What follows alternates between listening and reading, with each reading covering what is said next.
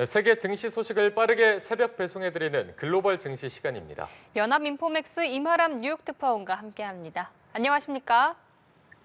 네, 안녕하세요. 네, 먼저 오늘 뉴욕 증시 마감 상황부터 전해주시죠. 네, 오늘 뉴욕 증시 3대 지수는 일제히 하락 마감을 했습니다. 특히 최근에 그나마 선방하고 있던 다우 지수가 가장 큰 폭으로 떨어지면서 3대 지수 동반 약세 흐름이 펼쳐졌는데요. 종가 기준으로 다우 지수가 전거래일 대비 1.29% 급락 마감하는 모습을 보였습니다. 다우 지수가 어제까지 굉장히 좀 큰 폭으로 오르면서 지난 2거래일 동안 1000포인트에 가까운 상승세를 기록을 했었는데요. 오늘 하루만으로 인해서 다시 500포인트 가량을 되돌려주게 됐습니다. S&P 500 지수 그리고 나스닥 지수의 하락세도 이어졌습니다. 각각 0.78% 그리고 0.7% 하락하는 흐름을 보였고요. 기술주를 중심으로 한 투매 현상이 오늘까지 이어지는 모습을 나타냈습니다. 오늘은 이제 기술주 하락에 더해서 우량주들도 전반적으로 조정을 받는 모습을 보였는데요. 그간 좀 좋은 흐름을 보여왔던 다우 구성 종목들이 대부분 하락하는 모습 보였습니다. 오늘 S&P 500 지수를 구성하고 있는 업종 중에 에너지 섹터를 제외하고는 모든 업종이 하락하는 모습을 보였습니다. 또 월가의 공포지수로 불리는 빅스 지수가 오늘 10% 정도 급등하는 흐름을 보였습니다. 지금 미국 정치권의 대선 관련된 우려가 뉴욕 증시에도 계속해서 좀 부정적인 영향을 미치고 있는 것으로 보이는데요.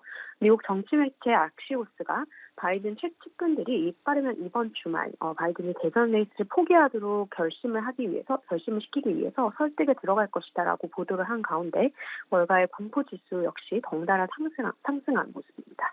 예, 최근 좋은 흐름을 보이던 다우지수마저 오늘은 하락했는데요. 시장 특징이 뭔지 짚어주시죠.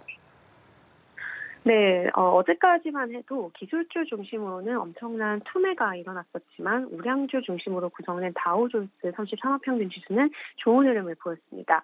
이것을 두고 시장에서는 투자자들이 기술주를 투매한 후에 우량주로 다시 매수를 하는 이런 로테이션 트레이드가 일어나고 있다라는 분석을 내놨었는데요. 오늘 시장에서는 이런 설명도 좀 들어맞지 않는 모습입니다. 기술주뿐만 아니라 이제 다우지수의 우량주 역시 대부분 하락하는 모습을 보였기 때문에 지금 시장 전문가들은 투자자들이 기술주를 내던지고 이 자금으로 과연 산업주 그리고 우량주를 매수하고 있는지 이 순환매가 실제로 일어나고 있는지에 대한 좀 의문을 가지고 있습니다. 어떻게 보면은 이제 증시에서 이탈을 하거나 오히려 좀 조정 국면에 들어갔다라는 분석도 나오고 있는 상태이고요. 이런 순환매가 일어나고 있는지에 대해서 상당히 불투명한 상황이 오늘 장 흐름을 통해서 나타났습니다. 어제 급락세를 보였던 반도체주 같은 경우는 쉽게 회복을 못하고 있는 모습입니다. 오늘 뉴욕 증시에서 엔비디아 주식이 2%대 반등을 했고요. 또 브로드컴 주식이 3% 가까이 올랐지만 AMD라든지 마이크론과 같은 여타 반도체 섹터는 좀 하락하는 모습을 보였습니다. 지금 반도체주 같은 경우는 미 대선 리스크에 휩싸이면서 회복이 좀 쉽지 않은 모습을 나타내고 있는 상태입니다. 다른 빅테크 종목들도 큰 폭의 하락세를 보였습니다. 오늘 애플과 아마존이 2%대 하락률을 기록을 했는데요. 이 아마존 같은 경우는 연례 최대 할인 행사인 프라임데이가 이제 어제부로 끝났습니다. 이 프라임데이 기간 동안 시장 예상을 웃도는 기록적인 매출을 달성했다는 소식이 전해졌지만 주가는 약세를 면치 못하는 모습을 보였습니다. 이외에 마이크로소프트 주가가 0.7% 정도 하락했고요. 알파벳 주가도 1%대 하락률을 보였습니다. 테슬라는 보합 수준 나타냈고요. 기술주뿐만 아니라 기존에 계속해서 좋은 흐름을 보이고 있었던 다우를 구성하고 있는 산업재라든지 헬스케어주 관련 종목들도 좀 큰 폭으로 밀리는 모습을 보였는데요. 비만 치료제로 주목을 받고 있는 미국 제약회사 일라이릴리 같은 경우 오늘 주가가 6% 이상 밀리면서 2021년 이후 최악의 하루를 보냈습니다. 이 최대은행 JP모건 체이스 주가 3% 이상 밀렸고요. 뱅크 오브 아메리카 2% 이상 밀렸습니다. 이외에 유나이티드 헬스그룹, 비자, 홈디포, 세일즈포스 같은 우량주들이 동반 약세를 보이기도 했습니다. 네, 자 오늘 뉴욕 증시 상장 기업 중에 실적이 나온 종목이 있습니까? 네, 오늘 넷플릭스가 뉴욕 증시 장 마감 이후 실적을 발표를 했습니다. 주요 빅테크 기업 중에서는 처음으로 실적을 발표했다라고 볼 수 있을 것 같은데요.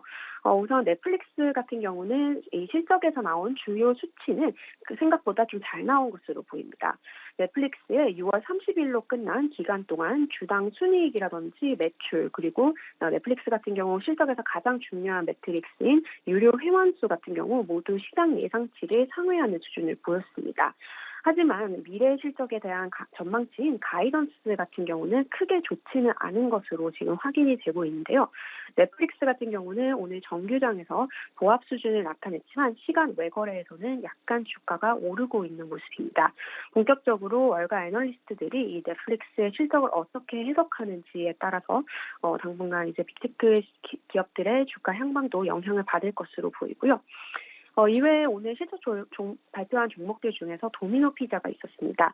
도미노 피자 같은 경우는 실적이 중에서 매출이 좀 부진했다는 결과가 보고가 되었고요. 주가가 13%대 하락을 하면서 2008년 이후 최악의 하루를 보낸 것으로 집계가 되고 있습니다.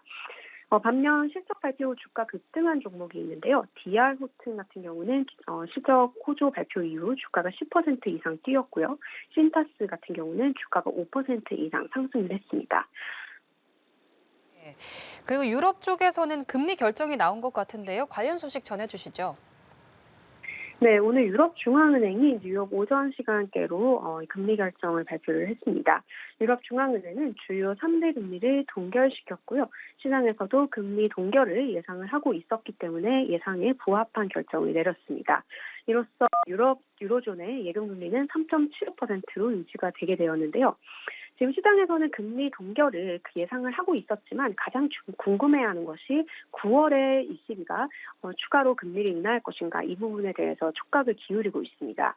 이 부분에 대해서 크리스틴 라가르드 ECB 총재는 오늘 있었던 기자간담회에서 향후 금리 결정에 대한 인하 약속을 하지는 않을 것이다라고 얘기를 했고요. 뿐만 아니라 9월에는 이제 지금 현재 9월에 어떤 결정을 하기에는 말하기 어려우며 모든 가능성은 좀 열려 있다라는 얘기를 하는 모습을 보였습니다. 라가르드 총재 같은 경우는 9월 인하에 대한 시장의 좀 전망이 굉장히 강하기 때문에 약간 좀 선을 긋는 이런 발언을 내놨지만 시장에서는 여전히 ECB가 9월에 금리를 인하할 것이다라고 믿고 있는 분위기인 것으로 보입니다. 지금 외환시장에서 이런 베팅을 관측을 할 수가 있는데요. 외환시장에서 유로화가 약세를 보이면서 9월 ECB 금리 인하 가능성을 관측을 하고 있는 상태입니다.